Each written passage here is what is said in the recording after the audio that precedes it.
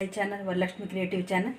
ಇವತ್ತು ನಾನು machine embroidery ಬಗ್ಗೆ ಮತ್ತಷ್ಟು ಮಾಹಿತಿನ ಕೊಡೋಕ್ಕೋಸ್ಕರ ಬಂದಿದ್ದೀನಿ. ಇವತ್ತು ನಾನು ಈ ಮಿಷಿನ್ನ ಹೇಗೆ ನನಗೆ ಅನುಕೂಲವಾಗಿ ಸೆಟ್ ಮಾಡಿಕೊಂಡೆ ಅಂತ ತೋರಿಸ್ಕೊಡ್ತೀನಿ. ಮೊದಲು ನಾವು ಈ ಮಿಷಿನ್ಗೆ ಸೆಟ್ ಮಾಡ್ಕೋಬೇಕು ಅಂತಂದರೆ ನಾನು ನೋಡಿ ಇಲ್ಲಿ ನಾನು ಪ್ರತಿಯೊಂದು ಐಟಮ್ಸ್ ಕೂಡ ರಿಮೂವ್ ಮಾಡಿಸ್ಬಿಟ್ಟಿದ್ದೀನಿ. ನೋಡಿ ನಾನು ಈ ಮಿಷಿನಲ್ಲಿ ಈ ಮಿಷಿನಲ್ಲಿ ಜಿಗ್ಸಾಗು ಸಹ ಮಾಡ್ಬೋದು. ನಾರ್ಮಲ್ಲಾಗಿ ರನ್ನಿಂಗ್ ಸ್ಟಿಚ್ ಕೂಡ ಹಾಕ್ಕೊಂಡು ಬಟ್ಟೆ ಕೂಡ ಎಲ್ಲ ಹೊಲಿಬೋದು. ಆದರೆ ನಾನು ಇದನ್ನು ಬರೀ ಎಂಬ್ರಾಯ್ಡಿಂಗ್ಗೋಸ್ಕರ ಮಾತ್ರ ಯೂಸ್ ಮಾಡೋದ್ರಿಂದ ಇದಕ್ಕೆ ಒಂದು ಪ್ರೆಷರ್ ಪೋಟ್ ಬಾರ್ ಇತ್ತು ನೋಡಿ, ಇದನ್ನೆಲ್ಲ ರಿಮೂವ್ ಮಾಡಿಸಿದ್ದೀನಿ. ಆಮೇಲೆ ಹಲ್ಲು ಚಕ್ರ ಇದೆ ನೋಡಿ, ಹಲ್ಲು ಪ್ಲೇಟು, ಈ ಪ್ಲೇಟ್ ಕೂಡ ರಿಮೂವ್ ಮಾಡಿಸಿ ಇದು ನಮಗೆ ನಾರ್ಮಲ್ ಇವೆರಡು ಇದ್ದರೆ ಮಾತ್ರ ನಾವು ನಾರ್ಮಲ್ಲಾಗಿ ಬ್ಲೌಸ್ ಹೊಲಿಯೋದಕ್ಕೆ ಜಿಗ್ಸಾಗ್ ಮಾಡೋದಕ್ಕೆ ಮಾತ್ರ ಉಪಯೋಗ ಆಗೋಂಥದ್ದು. ಆದರೆ ನನಗೆ ಇದರ ಅವಶ್ಯಕತೆ ಇಲ್ಲ ನೋಡಿ. ಈ ಮಿಷಿನ್ ಜೊತೆ ನಮಗೆ ಮಾಮೂಲಿ ರನ್ನಿಂಗ್ ಸ್ಟಿಚ್ ಹಾಕೋದಕ್ಕೆ ಹೊಲಿಯೋದಕ್ಕಾಗುವಂಥದ್ದು ಪ್ರೆಷರ್ ಪುಟ್ಟು ಕೊಟ್ಟಿದ್ದಾರೆ. ಆಮೇಲೆ ಜಿಗ್ಸಾಗ್ ಮಾಡೋಕ್ಕೆ ಅಂತಲೇ ಈ ಪುಟ್ ಕೂಡ ಕೊಟ್ಟಿದ್ದಾರೆ. ಅದನ್ನು ನಾನು ಇವೆಲ್ಲ ಬೇಡ, ಪದೇ ಪದೇ ಅದನ್ನು ನಾನು ಬದಲಾಯಿಸ್ತಾ ಇದ್ದರೆ ಸ್ಟಿಚ್ಗಳು ಸರಿಯಾಗಿ ಬ್ಯಾಲೆನ್ಸ್ ಮಾಡೋಕ್ಕಾಗೋದಿಲ್ಲ. ಹಾಗಾಗಿ ಬರೀ ಇದು ಎಂಬ್ರಾಯ್ಡಿಂಗ್ ಮಾತ್ರ ಯೂಸ್ ಮಾಡಬೇಕಂತ ನಾನು ಇದನ್ನೆಲ್ಲ ರಿಮೂವ್ ಮಾಡಿಸಿದ್ದೀನಿ. ಯಾರೆಲ್ಲ ಬರೀ ಎಂಬ್ರಾಯ್ಡಿಂಗ್ ಮಾತ್ರ ಬಳಸ್ತೀರಿ ಅನ್ನೋದಾದರೆ ಮಾತ್ರ ಇದನ್ನೆಲ್ಲ ರಿಮೂವ್ ಮಾಡಿಸ್ಕೊಳ್ಳಿ. ಎಲ್ಲ ಇದ್ರ ವರ್ಕ್ಶಾಪಲ್ಲಿ ಮಾಡಿಕೊಡ್ತಾರೆ. ನಾನು ಆ ಥರ ಎಲ್ಲ ಹೇಳಿ ರಿಮೂವ್ ಮಾಡಿಸಿದ್ದೀನಿ. ಈಗ ಇದಕ್ಕೆ ದಾರ ಹೇಗೆ ಹಾಕೋದು ಅಂತ ತೋರಿಸ್ಕೊಡ್ತೀನಿ ನೋಡಿ. ಹೀಗೆ ಬರಬೇಕು. ನನಗೆ ಇಲ್ಲಿ ದಾರನೂ ಕೊಟ್ಟಿದ್ದಾರೆ. ಇದು ಮಾಡಿ ಅಲ್ಲಿ ಇದು ಮಾಡ್ಕೊಳ್ಳೋಣ. ಆಮೇಲೆ ನಿಧಾನಕ್ಕೆ ನೋಡಿರಿ, ಇಲ್ಲಿ 2 ಪ್ಲೇಟ್ ಇದೆ ನೋಡಿ, ಆ ಪ್ಲೇಟ್ ಹಾಕಿ ಇಲ್ಲೊಂದು ಸಣ್ಣ ಕಂಬಿ ಕೊಟ್ಟಿದ್ದಾರೆ, ಅದರಿಂದ ಬರಬೇಕು. ಆಮೇಲೆ ಇಲ್ಲಿ ಸಿಂಗಲ್ ಒಂದು ಇದಕ್ಕೆ ಹೋಲ್ಗೆ ಹಾಕಿದ್ರೆ ಸಾಕಾಗುತ್ತೆ.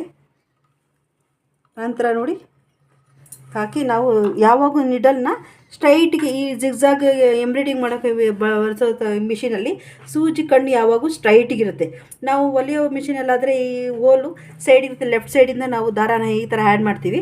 ಆದರೆ ಈ ಜಿಗ್ಸಾಗ್ ಮಿಷಿನ್ ಅದಕ್ಕೆ ಅಥವಾ ಎಂಬ್ರಾಯ್ಡಿಂಗ್ ಮಾಡಬೇಕಂದ್ರೆ ಈ ಮಿಷಿನಲ್ಲಿ ಸ್ಟ್ರೈಟಿಗೆ ನಾವು ದಾರನ ಆ್ಯಡ್ ಮಾಡಬೇಕಾಗುತ್ತೆ. ನೋಡಿರಿ, ಇದು ಟೈಮ್ ಬಾರು. ಇದನ್ನು ನಾವು ಈ ನೀ ಬಾರ್ ಅಂತ ಇದನ್ನು ನಾವು ಕಾಲು ಇದರಲ್ಲಿ ನೀಯಲ್ಲಿ ಬ್ಯಾಲೆನ್ಸ್ ಮಾಡಬೇಕು.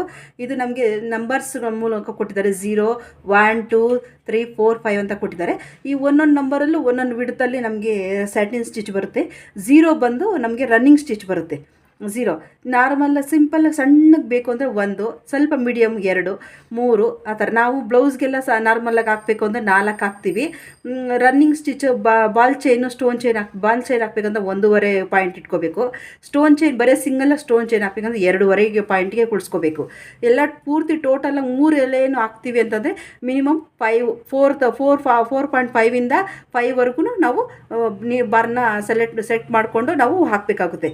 ನೆಕ್ಸ್ಟು ಇದು ಮಿಷಿನ್ ನಾನು ತೊಗೊಂಡಾಗ 250 ಸ್ಪೀಡಲ್ಲಿ ಇವರ್ಸ್ ತುಂಬ ಕಷ್ಟ ಆಗೋದು. ಮಿಷಿನ್ ದಡ ಅಂತ ಸೌಂಡ್ ಬರೋದು, ಹೊಲಿಯೋದಕ್ಕೆ ಭಯ ಆಗ್ತೈತೆ. ನಾನು ಈ ಮಿಷಿನ್ ತೊಗೊಂಡಾಗ ಹೇಗಪ್ಪ ನಾನು ಈ ಮಿಷಿನಲ್ಲಿ ಎಂಬ್ರಾಯ್ಡಿಂಗ್ ಕಲಿಯೋಕ್ಕೆ ಸಾಧ್ಯ ಆಗುತ್ತಾ ಅನ್ನೋಷ್ಟು ಕಷ್ಟ ಆಗ್ತಾಯಿತ್ತು. ಆಮೇಲೆ ನಾನು ಕೆಳಗಡೆ ಮಿಷಿನ್ ಕೆಳಗಡೆ ಟೈಮರ್ ಸೆಟ್ ಅಂತ ಕೊಟ್ಟಿದ್ದಾರೆ, ಜಾಕಿಂಗ್ ಅಂತ ಕೊಟ್ಟಿದ್ದಾರೆ ನೋಡಿ, ನಿಮ್ಗೆ ಇಲ್ಲಿ ಕಾಣಿಸ್ತಾ ಇದೆ. ಈ ಮಿಷಿನಲ್ಲಿ ಈಗ ಬರ್ತಾ ಇರೋಂಥವೆಲ್ಲ ಹೊಸ ಮಿಷಿನ್ಗಳಲ್ಲಿ ರಾಲ್ಸನ್ ಮಿಷಿನಲ್ಲಿ ಈ ಥರ ಪವರ್ ಸೇವಿಂಗ್ ಮೋಡಲ್ಲಿರೋಂಥ ಜಾಕಿಂಗು ಅಳವಡಿಸಿರ್ತಾರೆ. ಈ ಜಾಕಿಂಗ್ ಮೂಲಕ ನಾವು ಸ್ಪೀಡ್ ಕಂಟ್ರೋಲ್ನ ಸೆಟ್ ಮಾಡ್ಕೋಬೋದು. ನೋಡಿರಿ, ನಾನು ಇದು ಎಷ್ಟು ಸ್ಪೀಡ್ ಇದೆ ಅಂತ ತೋರಿಸ್ತೀನಿ ನೋಡಿ, ನಿಮಗೆ ಗೊತ್ತಾಗ್ತಾ ಇರ್ಬೋದು. 150, 60, 70, 75, 200, 250ವರೆಗೂ ಇದು ಸ್ಪೀಡ್ ಇದೆ. ನಾನು ಈ ಮಿಷಿನ್ ತೊಗೊಂಡಾಗ 250ವರೆಗೂ ಇನ್ನೂ ಜಾಸ್ತಿನೇ ಇದೆ ನೋಡಿ. ನಾವು ಎಷ್ಟು ಇದು ಮಾಡ್ತೀವೋ ಅಷ್ಟುವರೆಗೂ ಹೆವಿ ಸ್ಪೀಡ್ ಇರುತ್ತೆ. ನಾವು ಇಷ್ಟು ಸ್ಪೀಡ್ ಇಟ್ಕೊಂಡು ನಾವು ಪ್ರೊಫೆಷನಲ್ ಈ ಸ್ಟಾರ್ಟಿಂಗಲ್ಲಿ ಕಲಿಯೋರು ದಯವಿಟ್ಟು ಇಷ್ಟು ಸ್ಪೀಡಲ್ಲಿ ನಾವು ಮಿಷಿನ್ ಹ್ಯಾಂಡಲ್ ಮಾಡೋಕ್ಕಾಗಲ್ಲ. ನಾನು ಫಸ್ಟ್ ಈ ಮಿಷಿನ್ ಬ್ಯಾಲೆನ್ಸ್ ಮಾಡ್ಕೊಳೋಕೆ ಗೊತ್ತಿಲ್ದಿರ ನಾನು ಎಷ್ಟು ಪ್ಯಾಕೆಟ್ಗಳು ಸೂಜಿ ಆಡ್ ಮಾಡಿದ್ದೀನಿ ಅಂದರೆ ನನಗೆ ಗೊತ್ತಿಲ್ಲ ಅಷ್ಟು ಸೂಜಿ. ಯಾಕೆಂದರೆ ನಾವೆಲ್ಲರೂ ಈ ಟೈಮ್ ಬಾರ್ನ ನೋಡಿಕೊಂಡು ಮಿಷಿನ್ನ ನಾವು ಎಂಬ್ರಾಯ್ಡಿಂಗ್ನ ಪ್ರಾಕ್ಟೀಸ್ ಮಾಡೋಕ್ಕೆ ಹೋಗ್ತೀವಿ. ಅದು ತಪ್ಪು. ಯಾವುದೇ ಕಾರಣಕ್ಕೂ ನಾವು ಮಿಷಿನಲ್ಲಿ ಈ ಬಾರ್ನ ನೋಡಬಾರ್ದು. ನಾವೇನಿದು ಸೂಜಿ ಯಾವ ದಿಕ್ಕಲ್ಲಿ ಚಲಿಸುತ್ತೆ, ನಾವು ಏನಿದ್ರು ಈ ಪ್ರೆಷರ್ ಫುಡ್ನ ಮಾತ್ರ ನಾವು ಮೈಂಡಲ್ಲಿ ಇಟ್ಕೋಬೇಕು. ಇದಿರಬೇಕು, ಇಲ್ಲ ಸೂಜಿ ಇರಬೇಕು, ಅವೆರಡು ಮೈಂಡಲ್ಲಿ ಇರಬೇಕು. ಈ ಟೈಮ್ ಬಾರನ್ನು ಮಾತ್ರ ನೀವು ಮೈಂಡಲ್ಲಿ ಇಟ್ಕೊಳಕ್ಕೆ ಹೋಗಬೇಡಿ. ಈಗ ನಾನು 100 ಕುಡಿಸ್ಕೊಂಡಿದ್ದೀನಿ. 300ಇಂದ ಮೋರ್ವರೆಗೂ ಇದೆ ಇದು ನನ್ನ ಸ್ಪೀಡು. ಎಷ್ಟಿದೆ ಅಂತ ನಾನು ಒಂದ್ಸರಿ ತೋರಿಸ್ಬಿಡ್ತೀನಿ. ನಾನು ನೋಡಿ ಈ ಮಿಷಿನಲ್ಲಿ ಮಿನಿಮಮ್ ಎಷ್ಟು ಸ್ಪೀಡ್ ಇದೆ ಅಂದರೆ 450ವರೆಗೂ ಸ್ಪೀಡ್ ಇದೆ. ಇಷ್ಟು ಸ್ಪೀಡ್ ನಾವು ಈ ಮಿಷಿನ್ ತಡ್ಕೊಳಲ್ಲ, ಯಾಕೆಂದರೆ ನಾವು ಅದ್ಮೇಲೆ ಕುತ್ಕೊಂಡ್ರೆ ಮಿಷಿನ್ ತುಂಬ ಶೇಕ್ ಆಗುತ್ತೆ, ತುಂಬ ಸೌಂಡ್ ಬರುತ್ತೆ. ನಾವು ಅಷ್ಟು ಮಿಷಿನಲ್ಲಿ ಅಷ್ಟು ಪ್ರೆಷರಲ್ಲಿ ಹೊಲಿಯೋಕ್ಕಾಗಲ್ಲ, ನಮ್ಮ ಕೈಲಿ ಡಿಸೈನ್ ಕ್ರಿಯೇಟ್ ಮಾಡೋಕ್ಕಾಗಲ್ಲ. ತುಂಬ ಪ್ರೊಫೆಷ್ನಲ್ಲಾಗಿ ಪ್ರಾಕ್ಟೀಸ್ ಮಾಡಿರ್ತಾರಲ್ಲ ಅಂಥವರು ಮಾಡ್ಬೋದು. ಹಾಗಾಗಿನೇ ನಾವು ಮಿಷಿನ್ಗಳಲ್ಲಿ ಸಾಕಷ್ಟು ನಾನು ನೋಡಿದ್ದೀನಿ, ವಿಡಿಯೋಸ್ ಎಲ್ಲ ನೋಡಿದ್ದೀನಿ. ಇಲ್ಲಿ ದೊಡ್ಡ ದೊಡ್ಡ ಕಲ್ಲುಗಳೆಲ್ಲ ಇಟ್ಟು ಎಲ್ಲ ಬೆಲೆಸ್ಬಿಡ್ತಾರೆ, ಯಾಕೆಂದರೆ ಅವ್ರು ಚೆನ್ನಾಗಿ ಪ್ರಾಕ್ಟೀಸ್ ಮಾಡಿರ್ತಾರೆ. ಅವ್ರು ಯಾವ ಸ್ಪೀಡಲ್ಲಿ ಬೇಕಾದ್ರೂ ಹೊಲಿಯೋಷ್ಟು ಕೆಪಾಸಿಟಿ ಅವ್ರಿಗಿರುತ್ತೆ. ಅದನ್ನು ನಾವು ಬಿಗಿನರ್ಸ್ ಆಗಿರೋದ್ರಿಂದ ಅಷ್ಟೊಂದು ಸ್ಪೀಡಾಗಿ ನಾವು ಹೊಲಿಯೋಕ್ಕಾಗಲ್ಲ. 10ವರೆಗೂ ಕುಡಿಸ್ಕೊಂಡೆ ಹೊಲಿಯೋಕ್ಕೆ ಸುಲಭ ಆಯಿತು. ನನಗೆ ಸೂಜಿಗಳು ಅಷ್ಟು ಡ್ಯಾಮೇಜ್ ಆಗ್ತಾಯಿಲ್ಲ. ಅದಕ್ಕೆ ಮುಂಚೆ ನಾವು ಜಾಸ್ತಿ 150 200 ಅಂತ ಇಟ್ಕೊಂಡ್ರೆ ತುಂಬ ಕಷ್ಟ. ಚೆನ್ನಾಗಿ ಪ್ರಾಕ್ಟೀಸ್ ಮಾಡಿ ಬ್ಯಾಲೆನ್ಸ್ ಮಿಷಿನ್ ಹಿಡ್ದ ನಿಮ್ಗೆ ಸಿಕ್ಕಿದ ಮೇಲೆ ಬೇಕಾದ್ರೆ ನೀವು ಸ್ಪೀಡನ್ನ ಇನ್ಕ್ರೀಸ್ ಮಾಡ್ಕೊಳ್ಳಿ.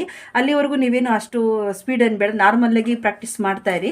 ಆಮೇಲೆ ನೋಡಿ ನಾನು 100ಅಲ್ಲಿ ಇಟ್ಕೊಂಡು ಸಹ ಮಿಷಿನ್ ಶೇಕ್ ಆಗುತ್ತೆ ಅಂತ ನೋಡಿ ಒಂದು ಟೈನ್ ದಾರಾನ ಈ ನೀ ಬಾರ್ನಿ ಇದೆ ನೋಡಿ, ನೀ ಬಾರ್ದು ಒಂದು ಇದಿದೆಯಲ್ಲ, ಇಲ್ಲಿ ಒಂದು ಹ್ಯಾಂಗಲ್ ಕೊಟ್ಟಿದ್ದಾರೆ. ಈ ಹ್ಯಾಂಗಲ್ಗೆ ಹಾಕಿ ನಾನು ಬಿಗಿದು ಒಂಥರ ಟೈಟಾಗಿ ಕಟ್ಟಿದ್ದೀನಿ. ಈ ಥರ ಕಟ್ಟಿರೋದ್ರಿಂದ ನಾವು ಮಿಷಿನ್ ಅಷ್ಟು ಶೇಕ್ ಆಗಲ್ಲ, ಸೌಂಡ್ ಬರಲ್ಲ, ನೀಟಾಗಿ ನಾರ್ಮಲ್ಲಾಗಿ ಬರ್ತಾನೆ. ಇಷ್ಟೇ ಟೈಟಾಗಿ ಇಷ್ಟೇ ವಾರ್ಮಾಗಿ ಯೂಸ್ ಮಾಡ್ತಾ ಇರೋದು ದಾರ ಅಷ್ಟೇ. ನಾನು ಜಾಸ್ತಿ ಯಾಕೆಂದರೆ ಸ್ಪೀಡ್ ನಮ್ಮದು 110 ಇರೋದ್ರಿಂದ ಇಷ್ಟೇ ಇದು ದಾರ ಸಾಕಾಗುತ್ತೆ. ಇಲ್ಲ ನಾವು ಜಾಸ್ತಿ ವೆಯ್ಟ್ ಇಕ್ಕಿ ಸ್ಪೀಡ್ ಜಾಸ್ತಿ ಹೆವಿ ಮಾಡ್ತೀವಿ ಅಂದರೆ ತುಂಬ ಕಷ್ಟ ಆಗುತ್ತೆ ಫ್ರೆಂಡ್ಸ್. ನೋಡಿ ಆಮೇಲೆ ಈಗ ಈ ನನ್ನ ಮಿಷಿನಲ್ಲಿ ನೋಡಿ ಇಲ್ಲಿ ಹ್ಯಾಂಗಲ್ಲಿ ದಾರ ಇದೆಯಲ್ಲ, ಈ ದಾರ ಏನಾದರೂ ನನಗೆ ಈ ದಾರ ಈ ಥರ ಕೆಳಗೆ ಬಿತ್ತು ಅಂದರೆ ನನಗೆ ಬಾವಿನಲ್ಲಿರೋದು ವೈಟ್ ದಾರ ಮೇಲೆ ಬರುತ್ತೆ. ಯಾವಾಗೂ ನಂದು ಇದನ್ನು ನಾನು ಗಮನದಲ್ಲಿ ಇಟ್ಕೊಂಡು ಇದು ಮಾಡಬೇಕು. ನೋಡಿ ಈ ಥರ ಹ್ಯಾಂಗಲ್ ಇರಬೇಕು.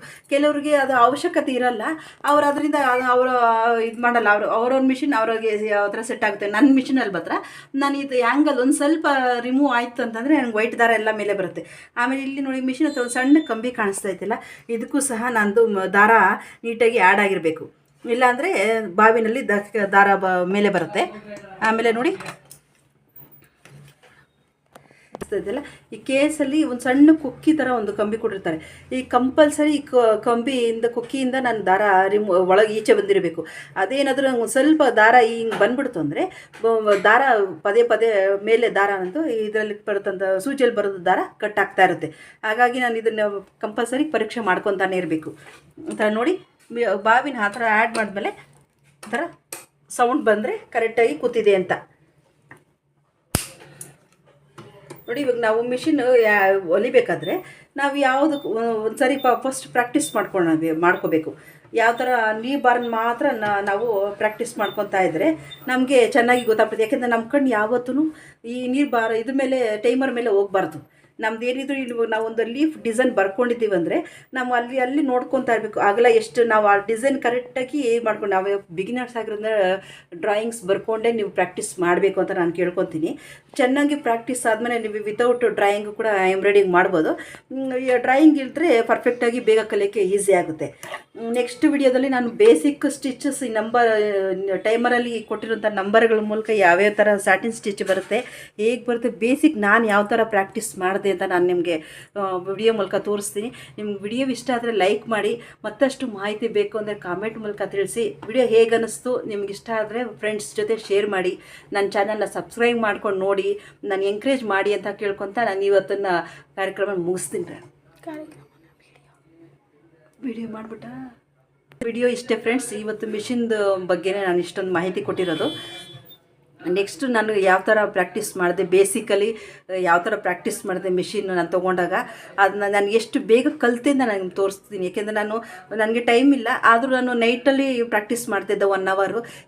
ಯಾರೆಲ್ಲ ಬರೀ ಎಂಬ್ರಾಯ್ಡಿಂಗ್ಗೋಸ್ಕರ ಟೈಮ್ ರಿಸರ್ವ್ ಮಾಡಿರ್ತೀರ ಅವರು 2-3 ಅವರ್ಸ್ ಡೈಲಿ ಪ್ರಾಕ್ಟೀಸ್ ಮಾಡಿದೆ. 15 ಡೇಸ್ ಒಳಗೆ 15 ಡೇಸ್ ಒಳಗೆ ಆರಾಮಾಗಿ ಫಸ್ಟ್ ಕ್ಲಾಸಾಗಿ ಒಂದು ಬ್ಲೌಸ್ಗೆ ವರ್ಕ್ ಮಾಡೋಷ್ಟು ಕೆಪಾಸಿಟಿ ಕಲ್ತ್ಕೋಬೋದು. ಲೀಫ್ ಡಿಸೈನ್ ಬಂದರೆ ಆರಾಮಾಗಿ ಎಷ್ಟೋ ಬ್ಲೌಸ್ಗಳಿಗೆ ವರ್ಕ್ ಮಾಡಬಹುದು.